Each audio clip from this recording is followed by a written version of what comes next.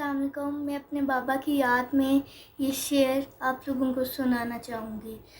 अखियाँ ने पार एक कार सा खबरै कुदर गया, अखियाँ ने पार एक कार सा खबरै कुदर गया, वेले किसी ने याद ने लुक्के लगन पैसे, वेले किसी ने याद ने लुक्के लगन पैसे, एक चिड़िया ने डार सा खबरै कुदर गया, एक चिड़िया ने डार सा खबरै कुदर गया। बंधड़िया ने बुएं की जंदड़े लगे वैसे, बंधड़िया ने बुएं की जंदड़े लगे वैसे, इत्थे कोई बाजार सा खबरै कुदर गया, इत्थे कोई बाजार सा खबरै कुदर गया। अखियां ने पार एक कार सा खबरै कुदर गया। वाह, अखियां ने पार एक कार सा खबरै कुदर गया, एक सदराना दरबार सा खबरै कुदर गया।